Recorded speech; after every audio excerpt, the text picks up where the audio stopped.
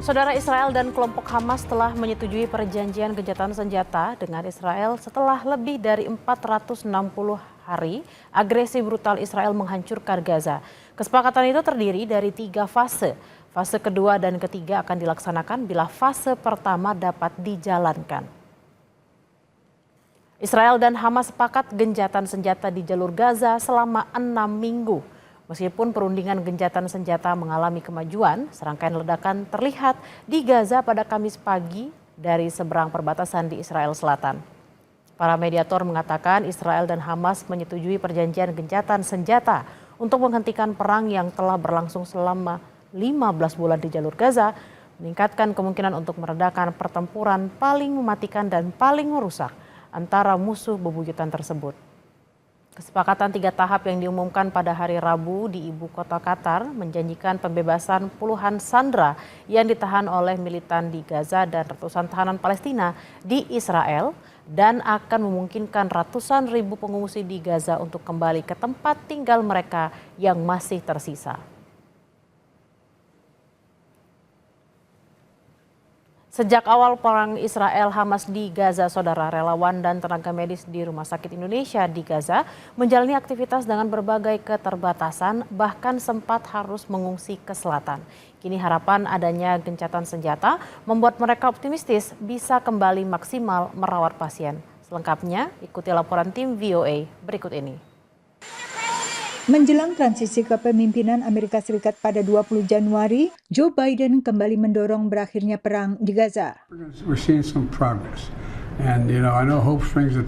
Presiden terpilih Amerika Serikat Donald Trump juga mengulangi ultimatumnya agar Hamas melepas semua tawanan sebelum ia dilantik. If they're not back by the time I get into office, all hell will break out in the Middle East. Dalam negosiasinya untuk mengakhiri perang, pemerintahan Biden berkoordinasi dengan tim dari Trump. Di saat negosiasi dipimpin utusan Biden, Amos Hochstein. Calon utusan khusus Timur Tengah Trump, Steve Witkoff, juga berbicara dengan pejabat Qatar yang menjadi perantara bagi Hamas. I actually believe that we're working in tandem in a really good way, but it's the president, his reputation, the things that he has said that are driving this negotiation. Israel dan Hamas akhirnya semakin dekat ke kesepakatan gencatan senjata dengan sejumlah fase penarikan pasukan Israel dan fase pembebasan sandera serta pertukaran tawanan. Perang Israel-Hamas telah berlangsung 15 bulan dan sejak awal perang, Rumah Sakit Indonesia di Gaza Utara sudah ikut terdampak. Rumah sakit ini baru dibuka lagi pada pertengahan 2024 sebelum akhirnya kembali tidak beroperasi maksimal. Dengan meningkatnya intensitas serangan pasukan pertahanan Israel atau IDF beberapa bulan terakhir.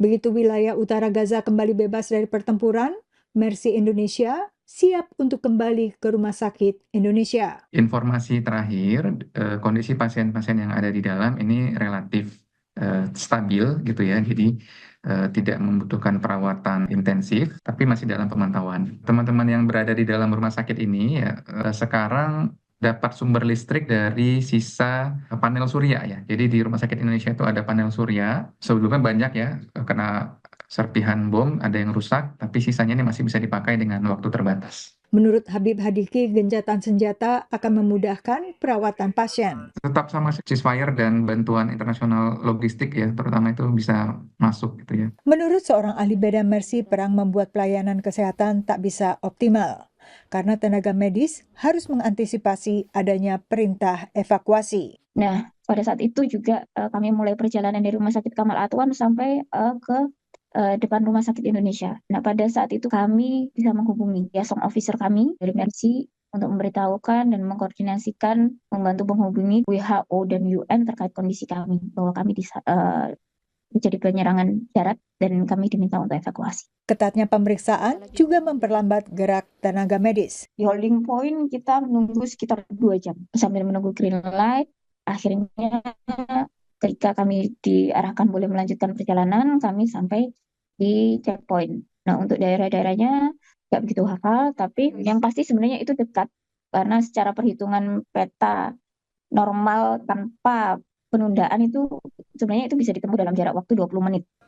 Baik Rumah Sakit Indonesia maupun Rumah Sakit Kamal Atwan berada di Beit Lahia, Gaza Utara. Menurut Kementerian Kesehatan Gaza, perang telah membuat sedikitnya 26 rumah sakit tak bisa beroperasi penuh.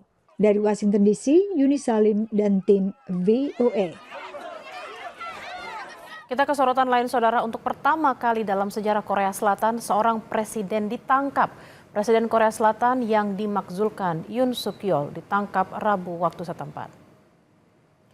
Yoon ditangkap setelah ratusan penyidik anti korupsi dan polisi menggerebek kediamannya. Ia lalu dibawa ke kantor investigasi korupsi untuk pejabat tinggi. Yoon yang menghadapi dakwaan pemberontakan atas upayanya yang singkat untuk memberlakukan darurat militer bulan lalu.